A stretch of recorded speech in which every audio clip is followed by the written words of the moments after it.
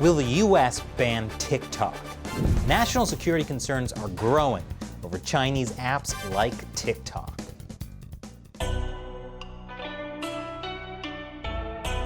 Welcome to China Uncensored. I'm Chris Chappell.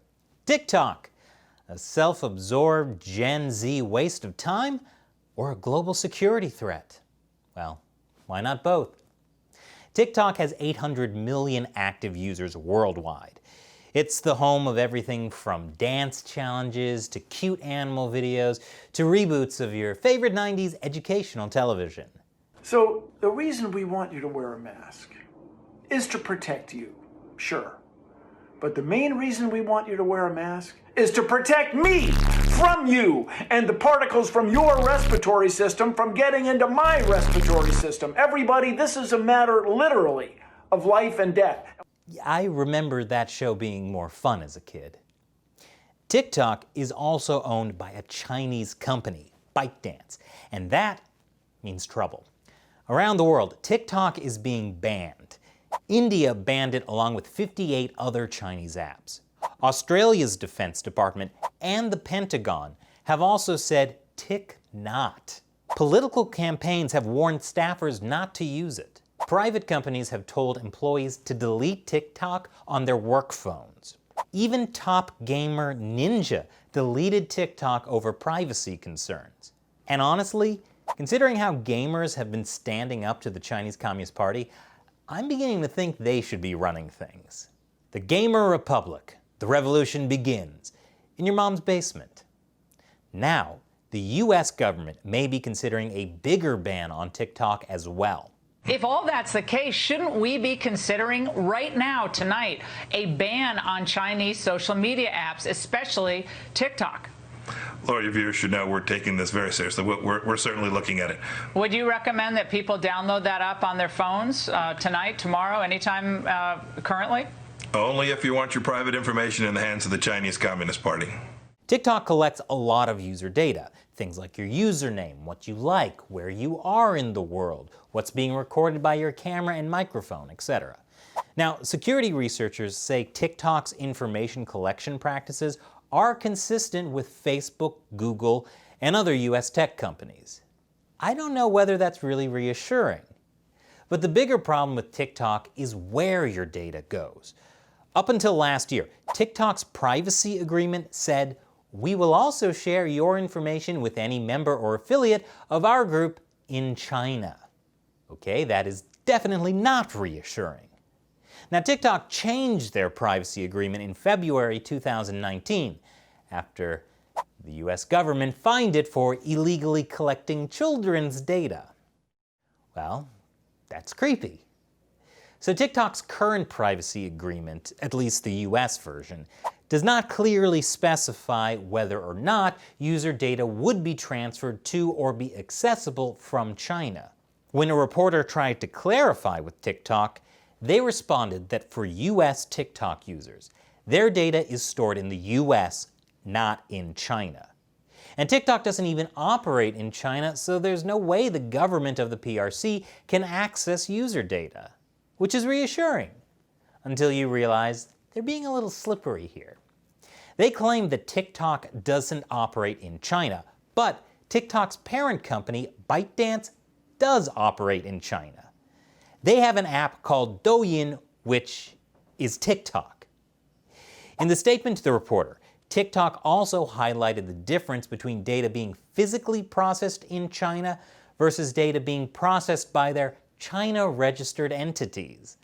They said that personal data has not been physically processed in China, but since they didn't say whether data is processed by their China-registered entities, that makes it sound like, yeah, it probably is. For example, their company in China could be accessing data on servers in the US, which is not reassuring. This is kind of like when TikTok tried to claim that its parent company, ByteDance, wasn't a Chinese company because it's registered in the Cayman Islands. Yeah, that's like someone saying, "Hey, I don't work for the mafia, I run a laundry business." But since TikTok won't give a straight answer on whether their Chinese entities can access our user data, We don't know how risky it is. We just have to trust them. And why wouldn't you? Okay, that might be a good reason. But there are many others. The Chinese Communist Party wants your data. We know how the Chinese Communist Party uses data on Chinese citizens.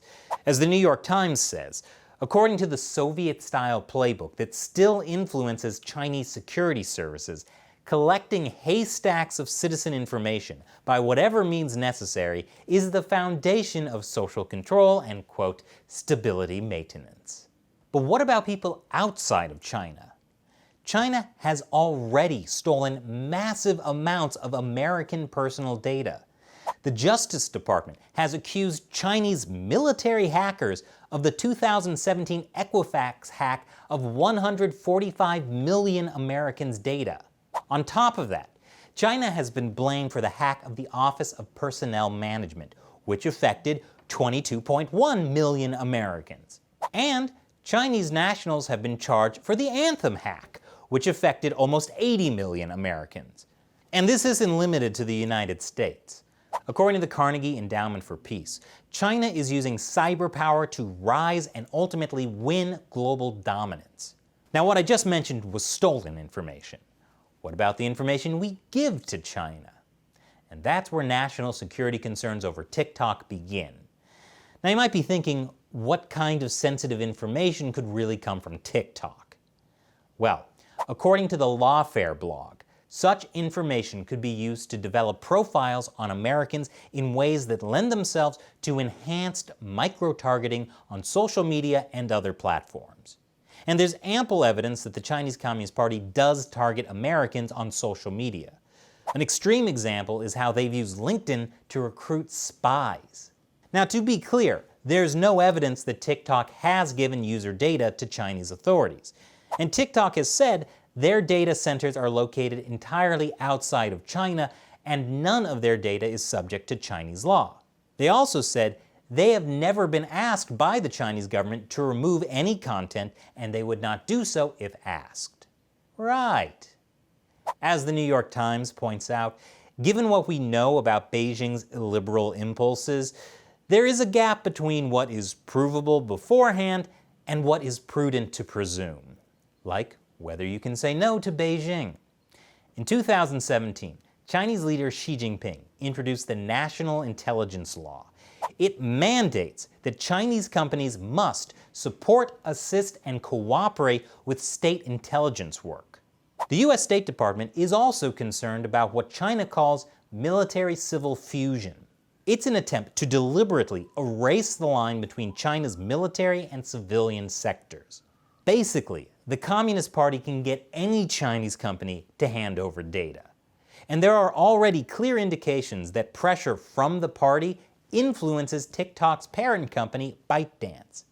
Back in 2018, the party was complaining ByteDance was promoting vulgar content. And so, ByteDance announced it would hire 2,000 more people to review content.